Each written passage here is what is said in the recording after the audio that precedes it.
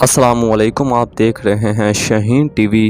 भारत में कोरोना की तीसरी लहर में मुसलसल इजाफा होता जा रहा है।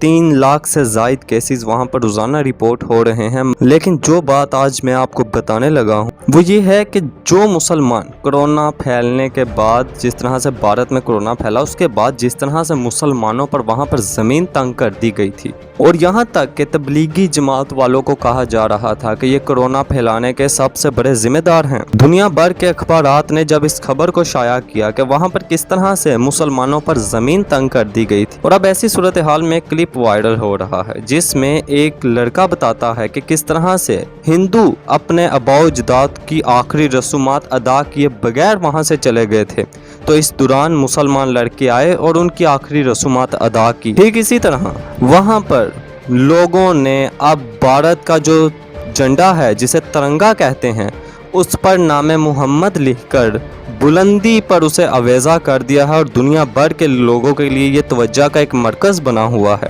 ताहम गुफ्तगू के सिलसिले को आगे बढ़ाऊंगा। अगर आप मेरे इस चैनल पर नए हैं तो सबसे पहले नाजरीन मोहतरम चैनल को सब्सक्राइब कर दीजिए और बेल आइकॉन के बटन को दबा दीजिए। भारत में इस वक्त रोजाना की बुनियाद पर 3 लाख से ज़ायद केसेस रिपोर्ट हो रहे हैं। हजारों अमवात हो रही हैं, जिसको कहीं ना कहीं मोदी सरकार छुपाना भी चाहती है। दिल्ली में हर 4 मिनट के बाद एक इंसान की मौत हो रही है।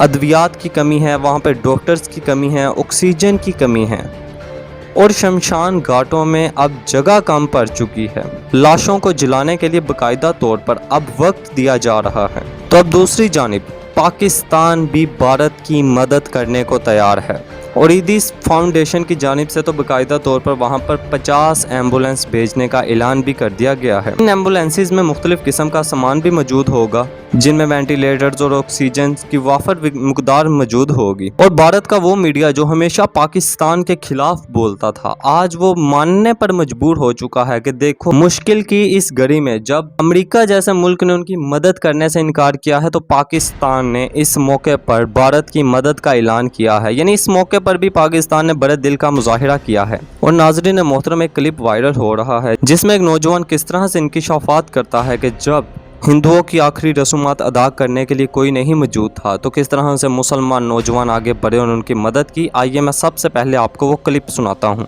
आइए सुनते हैं।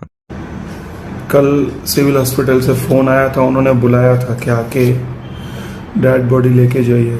दोस्तों, सिविल हॉस्पिटल में नीचे अंडरग्राउंड में डेड बॉडी काफ़ी सारी लाशें पड़ी थी, वहाँ पर लेने गए। दोस्तों, कुछ सेवा भाव लोग सेवा कर रहे थे, डेड बॉडियाँ निकाल रहे थे और हमें दे रहे थे। ऊपर एम्बुलेंस तक उठा के आ रहे थे। एम्बुलेंस से सूरत में जहांगीरपुरा में कुरुक्षेत्र है शमशान, वहाँ पर तकरीबन 8 से 10 लोग सेवा कर रहे थे। सिविल हॉस्पिटल में तकरीबन 10 से 12 लोग सेवा कर रहे थे। जानकारी के लिए इसलिए बता रहा हूँ क्योंकि मैं भी कल खुद देख के शॉक हो गया। सब के सब मुस्लिम्स थे। मुस्लिम्स, ये हमारे हिंदुस्तानी में, हमारे इंडियंस जो हमारे हिंदुस्तान की एक शान बान सेवा करके खड़े हैं, निःशुल्क निस्वार्थ सेवा।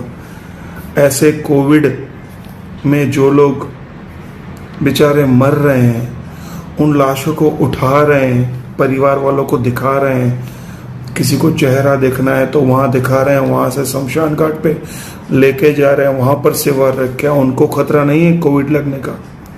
फिर भी सेवा कर रहे हैं। हाथ जोड़ के नम्र विनंती है कि इन कोविड में जो जिनकी जैसी हेल्प कर रहे हैं ना, उस चीज़ को हम याद करें और याद रखें कि देखो, जब सब अच्छा हो जाएगा ना, तो इस जो हमारी कौम है, हिंदू मुस्लिम सिख ईसाई, जो इतने सालों से हमारे हिंदुस्तान, हमारा इंडिया बना हुआ है, तो बाद में सब नॉर्मल होने के बाद एक दूसरे को गालियां नहीं दें, ये प्यार, ये नम्रता एक दूसरे के साथ इसी तरह बनाए रखें। जाके देखिए कि किस हालत में वो लोग उठा रहे हैं, दे रहे हैं, शमशान घाट में सेवाएं कर रहे हैं।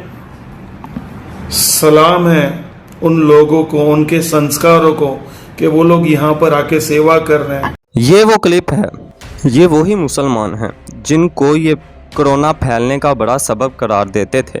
और अब ऐसी सूरत हाल में मैं आपको बताऊं, ऐसी बहुत सारी वहाँ पर मसाजिद हैं जिन्हें अस्पताल बनाकर वहाँ पर अब मरीज़ों का इलाज किया जा रहा है।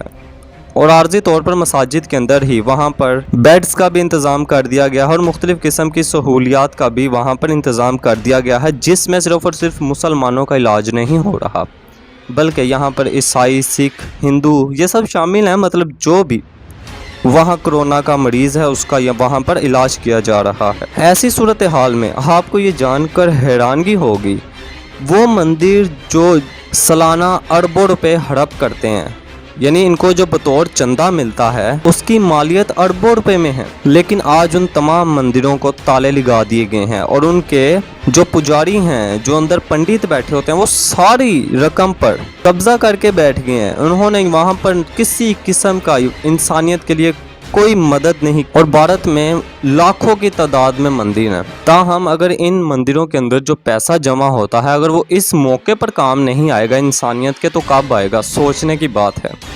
मस्जिदों को तो अस्पताल बना दिया गया, लेकिन मंदिरों को क्यों नहीं बनाया गया? वहाँ पर तो आपने ताले लगा दिए। अब मैं जो आपको खबर देने वाला हूँ नाजरीन, वो आज सुनकर आपको हैरानगी होगी। अमरीकी अखबार ने मोदी को बेनकाब किया है। उन्होंने कहा है कि ये खबर बाकायदा तौर पर अमरीकी अखबार वाशिंगटन पोस्ट ने की है।